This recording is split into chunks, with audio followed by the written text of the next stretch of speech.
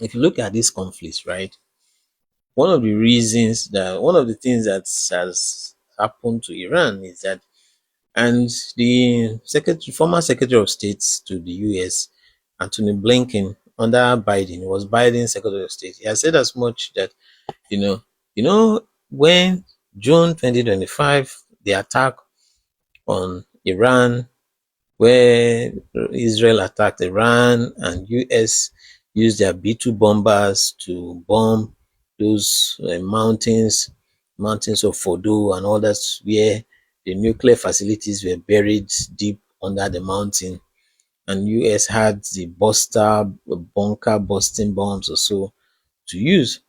That when that happened in June 2025, that the response from Iran was kind of mild, was kind of uh, measured, right?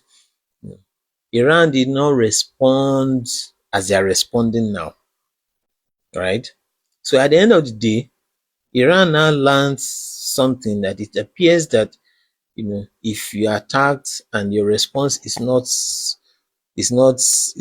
much, if your response is kind of mild, you encourage more further attacks. So Iran is now in a position, they now see that, okay, a top commander, Qasem Soleimani, was taken out by Trump administration in Trump's first term. Trump's second term, Iran was bombed by the US, and there was no much response. And now you have the supreme leader being taken out. If they don't respond, it will only encourage more aggression from the US and Israel. And so they are now in a situation whereby, I think that part of the reason why Iran has not responded, Iran has responded with attacks on Gulf countries. Part of the reason why they have not responded this much is because they probably had the fear that, oh, if they had responded like this before now, the supreme leader may be taken out. They've had the fear that, oh, they should not escalate it so that the supreme leadership will not be attacked. I think at the point in June last year, the Israel had wanted to take out the supreme leader in June last year. The Trump administration said no. Trump said as much that Israel wanted to take them out, that he said no, or it was reported that much. So Iran feared the supreme leader being taken out if they escalate in their retaliation. So the retaliation they did in June 2025 in response to the attacks on Iran, you have these missiles, as if it was even announced in advance that they were sending missiles, and those missiles were easily intercepted in the airspace of Middle Eastern countries, like that. But here we now see a situation, Iran now sees they've been letting in attacks without commensurate response, and is only encouraging more attacks. And what they had feared, or what they had dreaded the most, the taking out of the supreme leader, had taken place. And so they now have a situation by they have to play all their cards, because they feel that there's an existential threat to their way of leadership, in Iran. So we have situations whereby they close the Strait of Hormuz, you know, the attacks Gulf countries, some of whom have been on friendly terms. Countries like Qatar, countries that have been involved in negotiating with Iran all these years, those countries now find themselves being attacked. Countries who felt that having presence of US military bases in their country is a way of guaranteeing their security, now find themselves being shot at, and stuff like that. And it shows that Iran was really desperate, and they've taken desperate measures, and it's the response they've shown now. I think if Trump had known of the extent of retaliation that Iran would take. If Trump had known, I don't think Trump would take this step. If in June last year, if there was this kind of attacks from Iran, you know, Trump would have thought so much about doing this. But because the response was kind of measured, we have a situation where this is taking place now. Now we have a situation where there are big egos. Don't know if these big egos will realize that it's not tenable because the missiles, the defense shields of these countries, Middle Eastern countries and all that, are supported by missiles. You need missiles when drones are coming, when missiles are coming from Iran. You need missiles to strike it so that it doesn't get to your country. And those missiles are not in limitless. They are not limitless.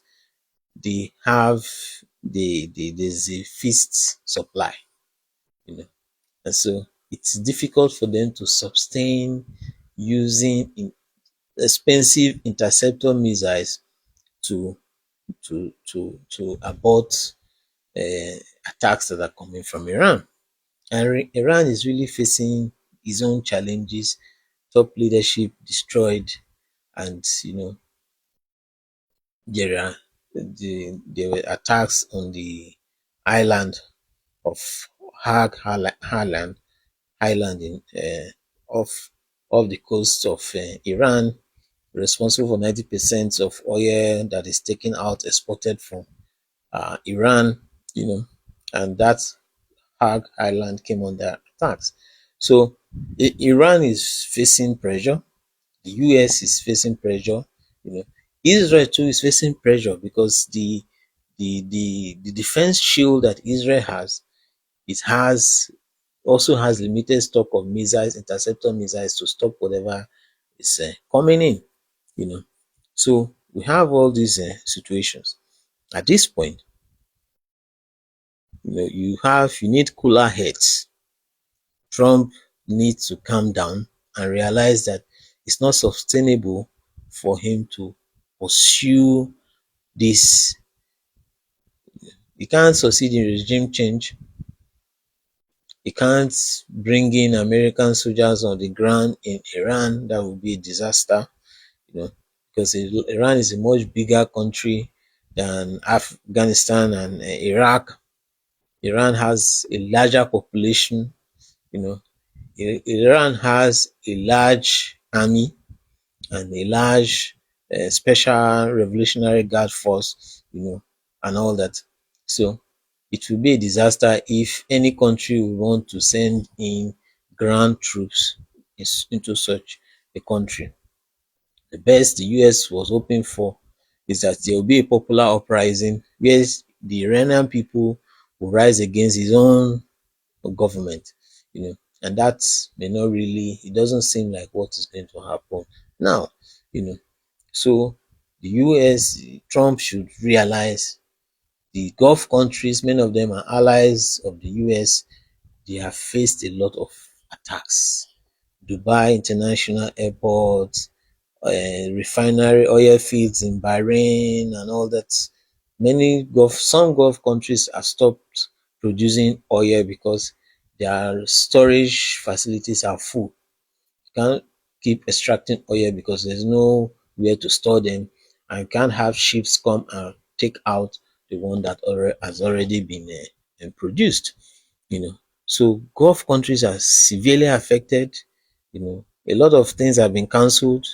There were matches that finalissima that was supposed to take place between the champions of Europe and the champion of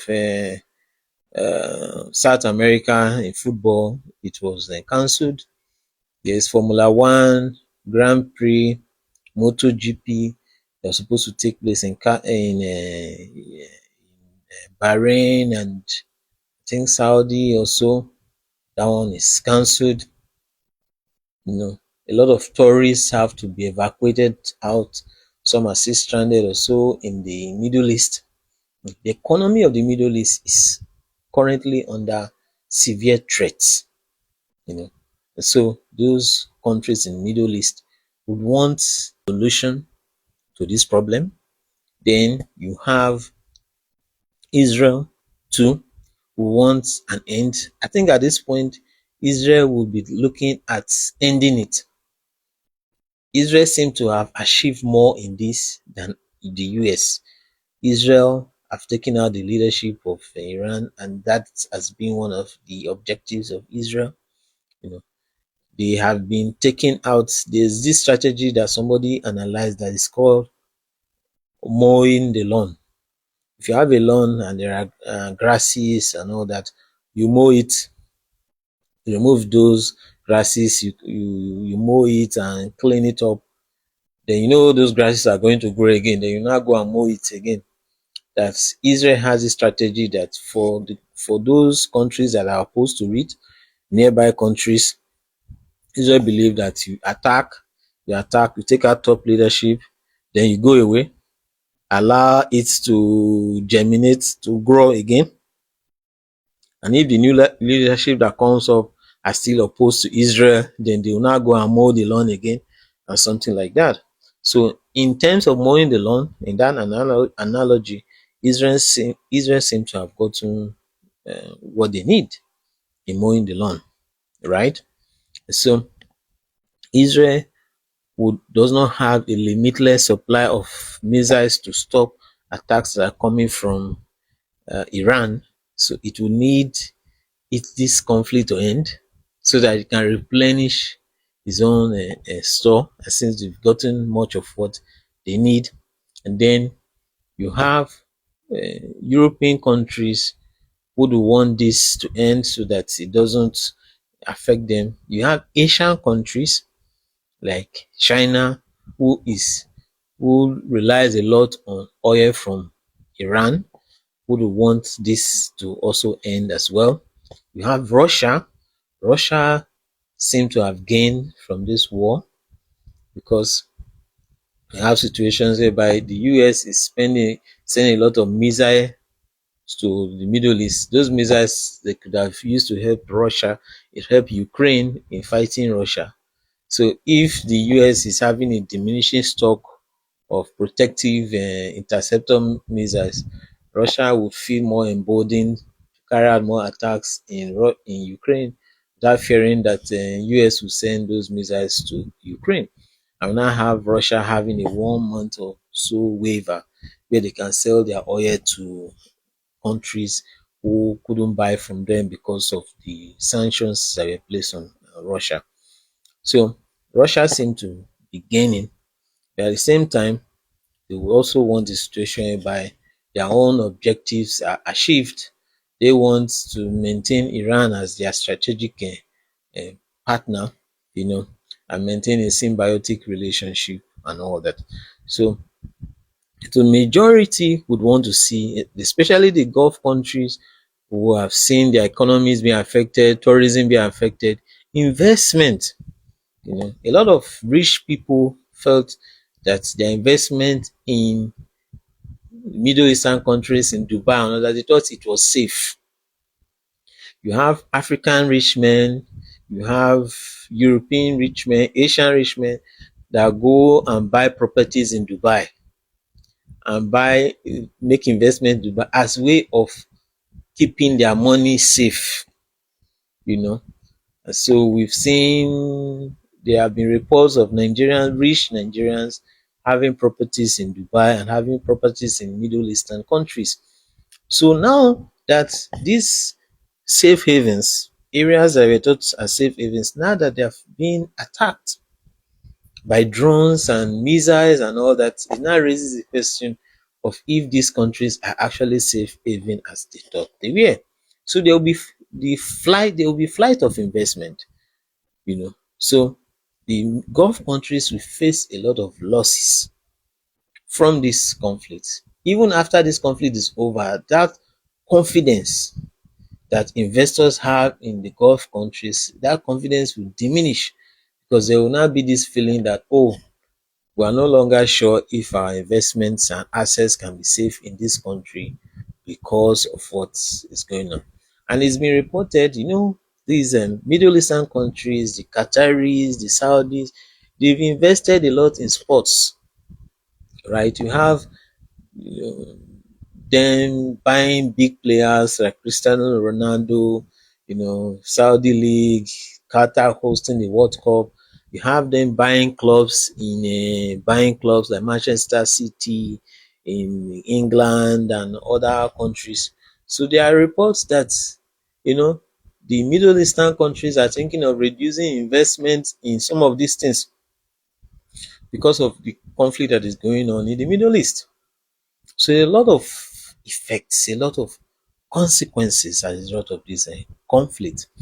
The conflict has really exposed a lot of things.